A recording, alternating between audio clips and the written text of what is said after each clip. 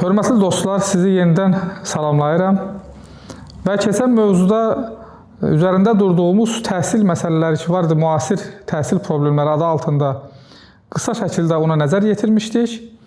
Bugün onu klassik təhsillə müqayisə apararaq anlamağa çalışaq. Klassik təhsil sistemində müasir təhsildən fərqli olan nə idi və nəyin nəticəsi idi ki, biz böyük insanlara ya da mütəfəkkir deyə adlandırdığımız insanlara misal verərkən biz mütləq tarixi mənbələrə, yəni tarixə müraciət etmiş oluruq. Nə üçün bizim müasir təhsilimiz böyük mütəfəkkirlər və ya daha ədəbi bir ifadə ilə dahi insanlar yetişdirməkdə bu qədər aciz qalır? Qənaətimcə bunun əsas səbəbi müasir təhsildə elm sahələrinin bir-birindən kəskin şəkildə ayrılmasıdır. Yəni siz elmə yanaşma olaraq əgər ələ alsaz ki, bir bütün olaraq bütünü anlayıb, ondan sonra o bütünün cüzlərini, yəni hissələrini idrak eləməyə başlayarsınız, onda siz ümumi olaraq bir təfəkkür sahibi ola bilirsiniz. İndi bir misal verim sizə. Siz elə düşünün ki, bir nəfər həkimə müraciət edir və bu həkimin məsələn göz həkimidir, amma onun da özünün xüsusi, mənim bildiyim qədərilə altının üzərində xüsusi sahəsi var ki, bəlkə də daha çoxdur və o sahənin mütəxəssisidir. Amma həmin həkim müəyyən bir fikir ortaya ata bilməsi üçün o ümumi olaraq insan vücudu haqqında, ümumi olaraq insanın quruluşu haqqında çox geniş biliyə sahib olmalıdır və orada xəstəliyi ortaya çıxan səbəbləri araşdırıb o səbəbləri ortadan qaldırmalıdır. Yəni, əsas hədəf bu olmalıdır ki, səbəblər ortadan qalxsın ki, xəstəlik müalicə olunmuş olsun. Yəni, insan şəfa tapmış olsun. Amma təəssüflər olsun ki, indiki təhsil sistemində bu bütün sahələrə əhatə edir. Əgər siz tarix oxuyursunuzsa, siz tarixi ümumi olaraq 4 illik bakalavr təhsili alırsınız. Ondan sonra müəyyən bir elmi iş yazaraq 2 il və ya 3 il müddətinə magistr təhsili alırsınız. Sonra da yenə bir elmi iş yazaraq doktorantura təhsili almış olursunuz və hər yazdığınız elmi iş əslində sizin sahəniz olmuş olur. Yəni, siz əslində bir tarixçi olaraq yetişmirsiniz. Əslində çalışmış olduğunuz, yəni illərini vermiş olduğunuz sahənin mütəxəssisi olaraq yetişmiş olursunuz. Düşünürəm ki, ən böyük problem də elə buradadır. Yəni, elə yetişdirmək lazımdır ki, və ya insan özünü o şəkildə yetişdirməlidir ki, bu sahələr arasında ən azından rabitəni təsis edə bilsin və geniş düşüncə sahibi ola bilsin. Geniş fikir sahibi ola bilsin. Yəni, düşünə bilirsiniz, bir nəfər ədəbiyyat oxuyur və ya ədəbiyyat tarixçisidir. Ədəbiyyat tarixini xronolojik ardıcıllıqla, təəssüflər olsun ki, bizim hal-hazırdakı sistemimizdəki budur, xronolojik ardıcıllıqla əzbərləməyə başlayır və orada müəyyən şeirlər öyrənib və tərifə layiq sözlərlə onu təqdim etməyə çalışır. Yəni, bu vətəndaş əslində ədəbiyyatı öyrənməmiş olur. Çünki ədəbiyyatın əsası, mən yenə deyirəm, burada misal olaraq mən Azərbaycan və müsəlman ədəbiyyatı üzərində və ya müsəlman şərqi üzərində durmaq istəyirəm xüsusilə. Biz əslində ədəbiyyatın məhfumundan uzaqlaşmış oluruq. Nə üçün? Bir misal verim, primitiv bir misal verim. Yəni, klassik ədəbiyyatda əgər siz şeir yazmaq istəyirdinizsə, bu şeir yazmaq üçün xüsusi bir icazət tələb olunurdu.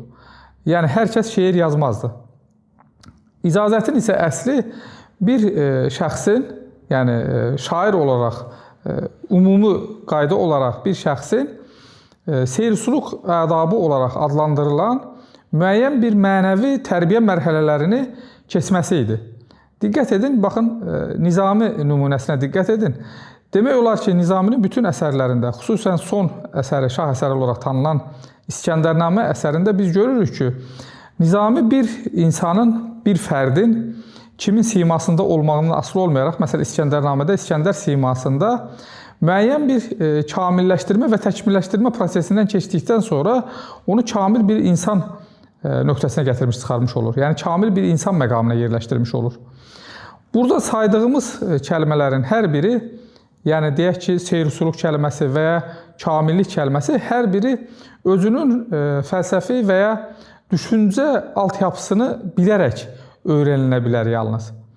Amma təəssüflər olsun ki, müasir təhsildə bundan yoxsundur. Keçən dəfə xatırlayırsınızsa, mən Rind və Zahid əsərini Məhəmməd Füzulinin nümunə vermişdim. Yenə eyni problemə toxunmuşdum ki, bunlar ədəbiyyatçı deyil. Yəni, indiki mənada bir şair şeir yazır, daha çox, əlbəttə istisnalar da var.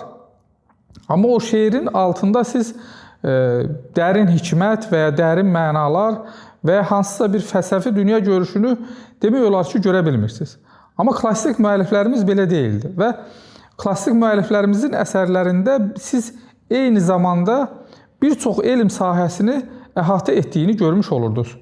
Elə isə doğrudanmı icbari təhsil ya da doğrudanmı bütün insanların kütləvi şəkildə təhsilə cəlb olunması həqiqətən effektli bir üsul muydu ki, əgər effektli idisə, təsirli idisə, onda niyə böyük mütəfəkkirlər ortaya çıxmırdı? Dediyimiz kimi birinci sual bundan ibarətdir.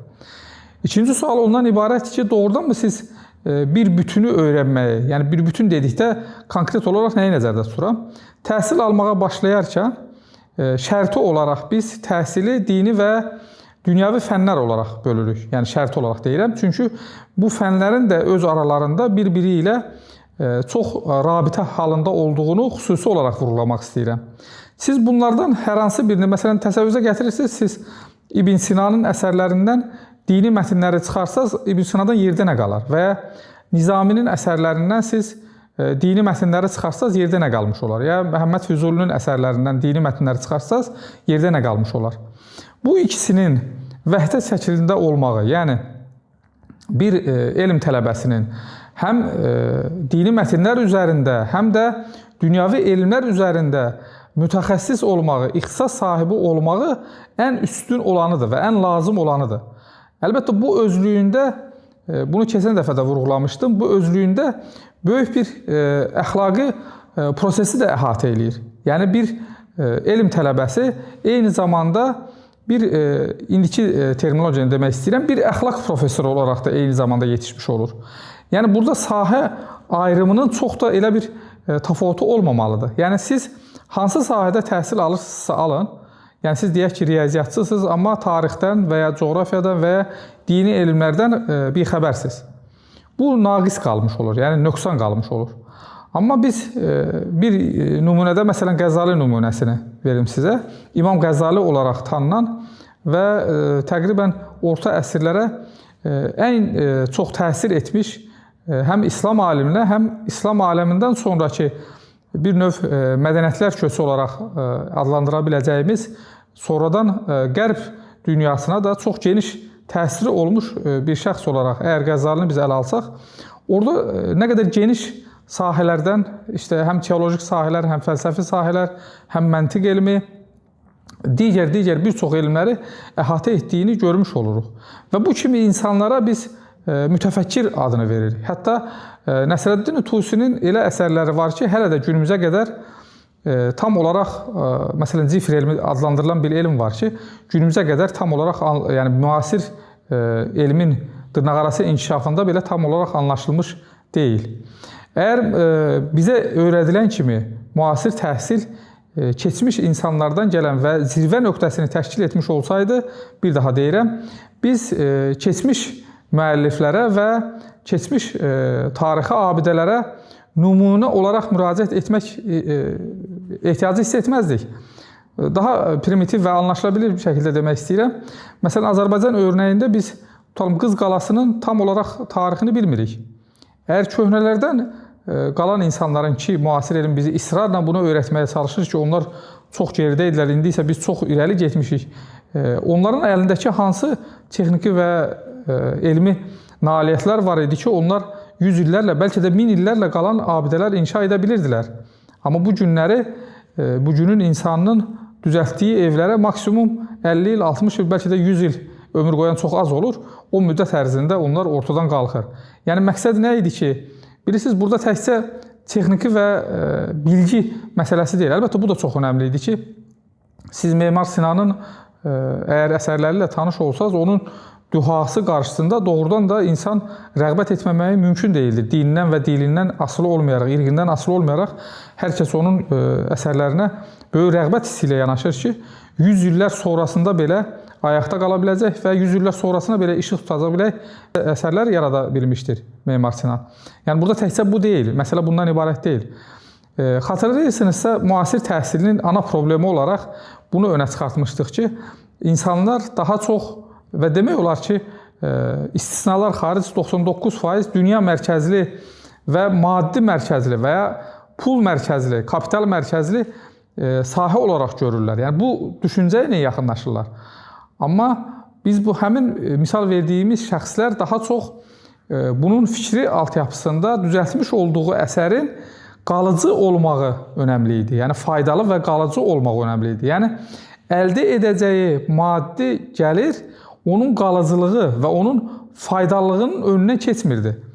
Bugünün insanını isə o şəkildə hazırlayırıq ki, biz yəni müasir təhsildə o şəkildə hazırlanır ki, bu insanın ümumiyyətlə belə bir təəssüflər olsun ki, dərdi olmur ki, onun yazmış olduğu bir nəfər bir əsər yazır.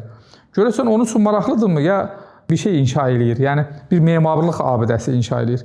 Və onun üçün maraqlıdırmı ki, görürsən 300 il sonra ya da 500 il sonra kimsə bununla maraqlanacaq yoxsa yox. Yəni onları maraqlı qılan nə idi? Nə idi ki, onlar 100 illər sonrasına xitab eləyən istəyir elmi əsərlər, istəyir mədəni irs olaraq, istəyir də ki, dediyim kimi, tarixi abidələr olaraq uzun müddətli düşünürdülər. Bəlkə biraz daha fərqli bir ifadə ilə və ya daha aydın bir ifadə ilə deməyə çalışdığım ondan ibarətdir ki, bir insan, yəni yetişkin bir insanın əgər mənəvi tərəfi yoxdursa, o insanın hansısa bir uzun müddətli və ya özündən sonraki bir müddətə nəyisə miras qoymaq dərdi olmayacaq.